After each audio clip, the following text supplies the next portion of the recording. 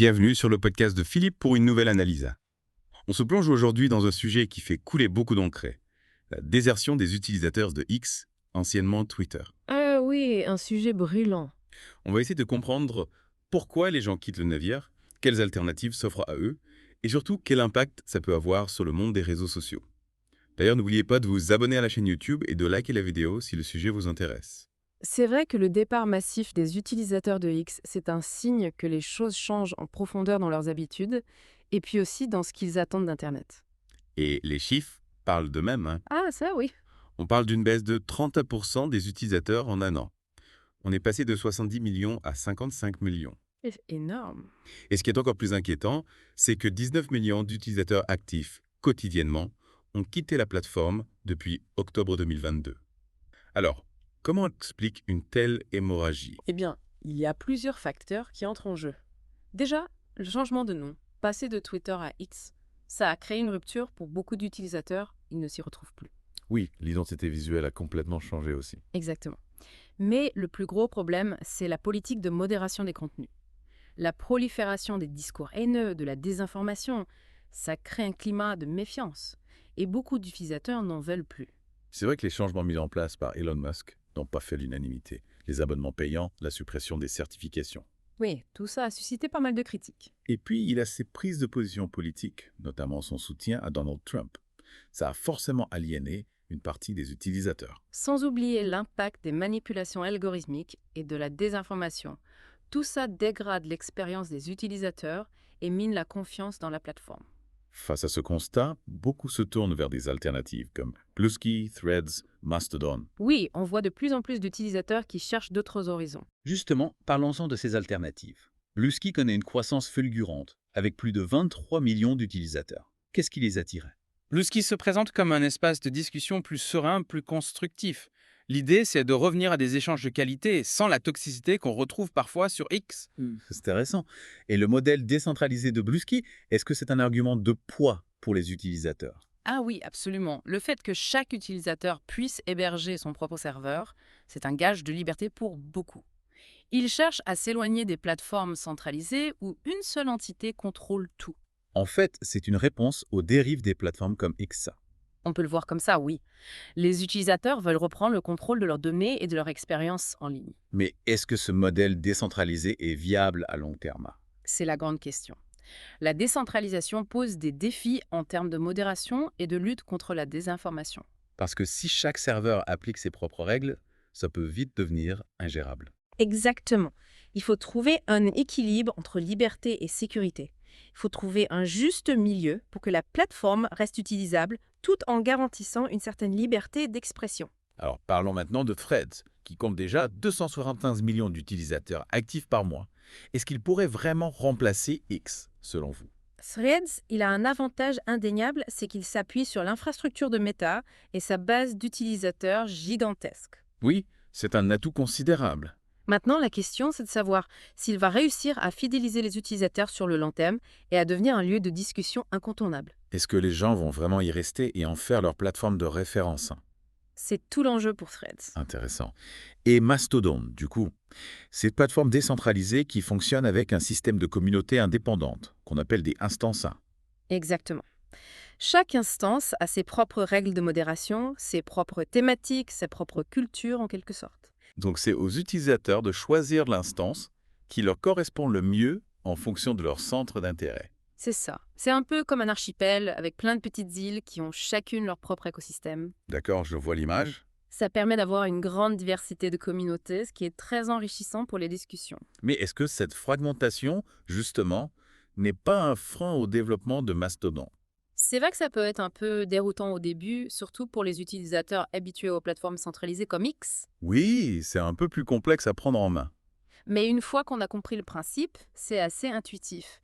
Et puis, cette organisation en instance permet de créer des communautés plus soudées, plus engagées, ce qui est un vrai atout pour la qualité des discussions. En fin de compte, chaque plateforme a ses avantages et ses inconvénients. C'est clair. Au-delà des aspects techniques, c'est l'expérience utilisateur qui fera la différence. Les gens recherchent des plateformes qui leur offrent une expérience positive, avec des contenus pertinents, des interactions respectueuses et un sentiment d'appartenance à une communauté. Tout à fait.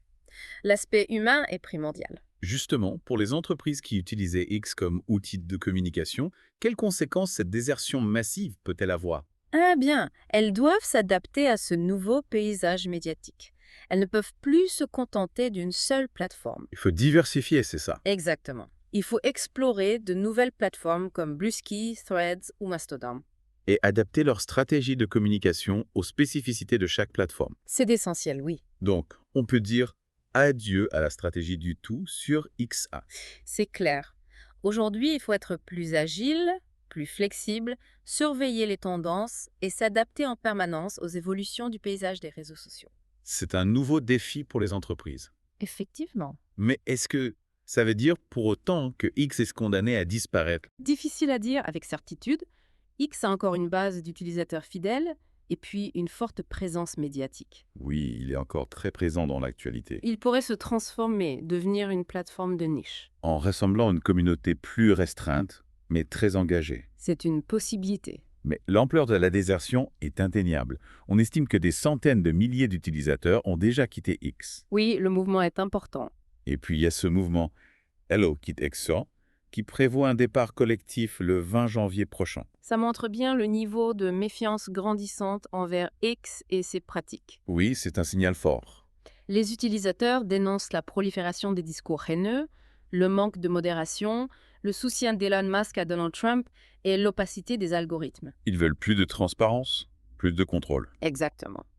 Est-ce que ce départ massif pourrait marquer un tournant dans l'histoire des réseaux sociaux? C'est possible. On voit émerger des alternatives plus responsables, plus respectueuses des utilisateurs. C'est encourageant. Les utilisateurs veulent reprendre le contrôle de leurs données, choisir des espaces de discussion plus sains et soutenir des plateformes qui partagent leurs valeurs. Parlons plus en détail de ces alternatives. Bluesky, par exemple, avec son modèle décentralisé. Comment ça fonctionne concrètement? Chaque utilisateur de Bluesky peut choisir d'héberger son propre serveur ou de rejoindre un serveur existant. Donc, il n'y a pas une seule entité qui contrôle tout le réseau. C'est ça. Le pouvoir est réparti entre les différents serveurs. C'est un système plus distribué. Oui, et ça permet une plus grande liberté d'expression, car chaque serveur peut appliquer ses propres règles de modération. D'accord. Mais du coup, est-ce que ça ne risque pas de créer une fragmentation du réseau? C'est un défi, oui. Mais Bluesky mise sur la modération communautaire pour garantir un environnement de discussion sain et respectueux. Donc ce sont les utilisateurs eux-mêmes qui veillent au respect des règles. C'est l'idée, oui. Et ça semble plaire à beaucoup d'utilisateurs. Oui, ils veulent avoir plus de contrôle sur leur espace de discussion. Passons maintenant à Mastodon. Cette plateforme fonctionne aussi sur un modèle décentralisé, mais elle est organisée en instances, c'est-à-dire en communautés indépendantes. Oui, chaque instance a ses propres règles de modération, ses propres thématiques, sa propre culture. Les utilisateurs peuvent choisir de rejoindre l'instance qui correspond le mieux à leur centre d'intérêt. Exactement. C'est un peu comme un archipel de petites îles, chacune avec son propre écosystème. C'est une bonne image.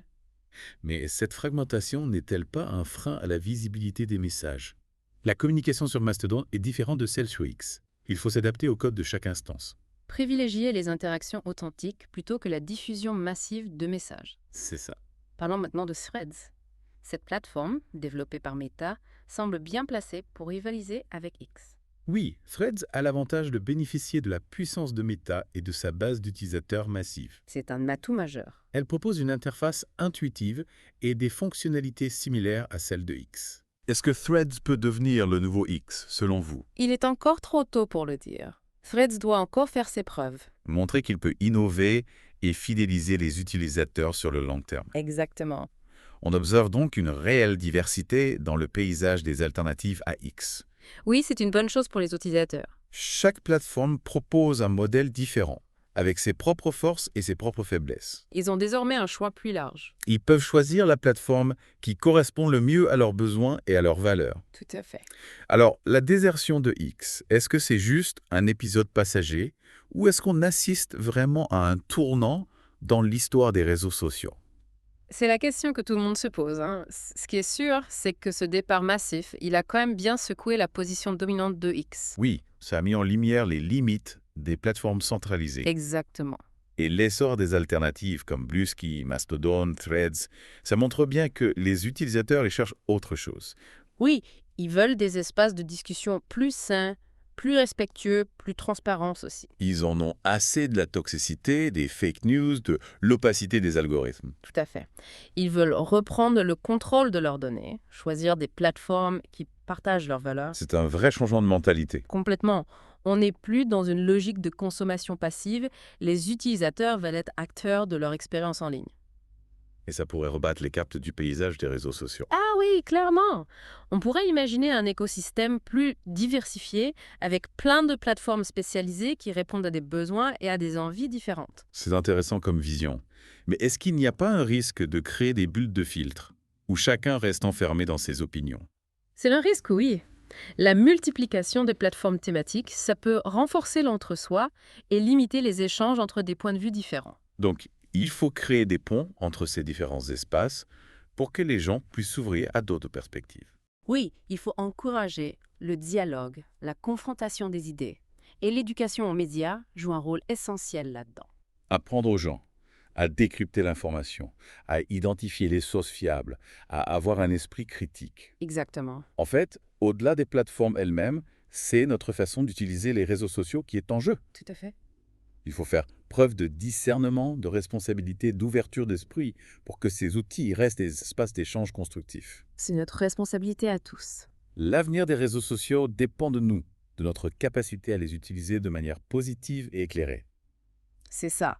À nous de faire en sorte qu'ils nous connectent, qu'ils nous inspirent, qu'ils nous aident à construire un monde meilleur. Merci beaucoup pour toutes ces analyses. Avec plaisir. On espère que cette plongée dans l'univers des réseaux sociaux vous a éclairé. N'hésitez pas à partager vos réflexions dans les commentaires, à vous abonner à la chaîne YouTube et à liker la vidéo. À bientôt pour une nouvelle exploration.